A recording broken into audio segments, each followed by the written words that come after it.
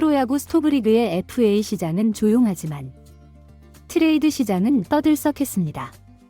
올 시즌 통합 우승을 달성한 기아 타이거즈가 내년에도 대권 도전에 나서며 KBO 리그 정상급 불펜 투수 조상우를 영입하면서 전력을 다지고 있습니다. 아직 내부 FA 2명의 선수가 남아있지만 기아 타이거즈는 이와 별개로 트레이드를 진행했는데요.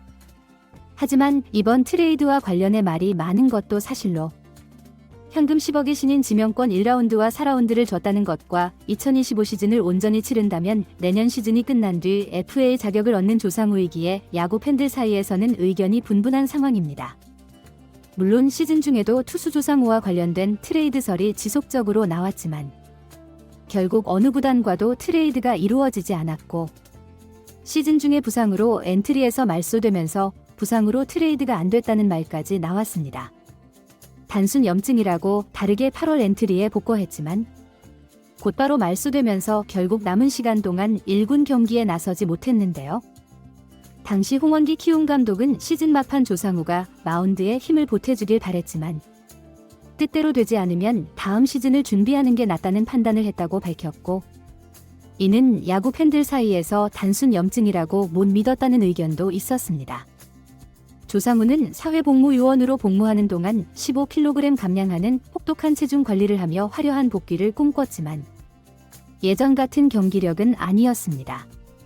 실전 공백이 느껴지며 예전에는 159km 패스트볼을 던졌지만 올 시즌에는 140km 중반대에 그쳤고 시즌을 치르면서 경기력이 조금씩 올라오면서 시즌 중반부터는 마무리 보직을 차지했는데요.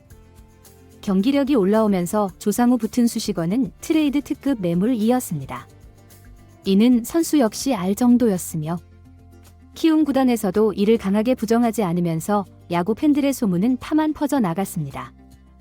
특히 상위권에서 판을 뒤집으려는 팀들을 거론하면서 트레이드 매물과 카드를 끼워 맞추는 재미에 푹 빠졌고 당시만 해도 기아 팬들은 조상우 트레이드에 반대하는 입장이었는데 지난 5월 키움과 NC, 다이노스의 김민식 트레이드가 그 이후로 제의되었습니다. 기화성 불리고 있던 내야수 김민식을 내주면서 KBO 리그 역대 최초로 내년도 1라운드, 3라운드 신인 지명권을 받았기 때문입니다. 키움 구단은 모기업이 없어 자생해야 하는 구단으로 어린 선수들을 잘 키워 트레이드 카드로 내놓으면서 현금과 신인 지명권을 수집하며 팀을 꾸려왔습니다. 그렇기에 조상우 카드라면 출혈이 클 것이고 당시만 해도 지명권, 유망주를 내줘야 하는 상황이었는데요.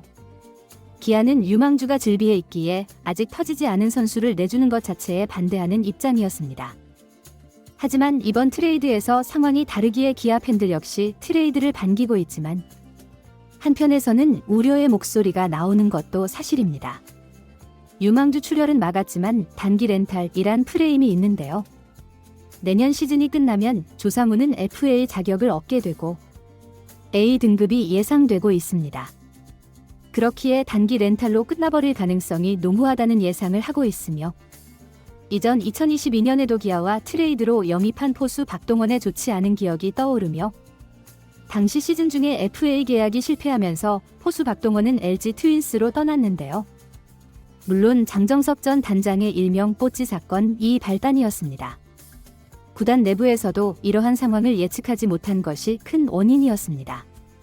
그러면서 지난 7월 삼성과의 트레이드로 영입한 포수 김태군과 시즌이 끝나면서 바로 FA 계약을 체결했으며 올 시즌에도 김태군은 기아와 함께하며 안정적인 시즌을 치렀습니다. 그렇기에 조상우 영입 이후의 행보가 기아에게 관건이며 기아 측에서는 FA 협상을 할 것이라고 밝히기도 했지만 이 또한 쉽지 않은 상황인데요.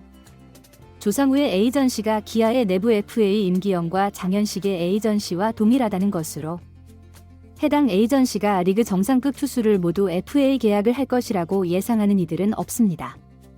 그렇기에 단기 렌탈로 끝나버릴 것이라는 말이 많은데요. 과연 기아로 이적한 조상우가 FA 계약을 할 수 있을지 이번 트레이드가 이득이 될 수 있을지 지켜볼 일입니다. 시청해주셔서 감사합니다.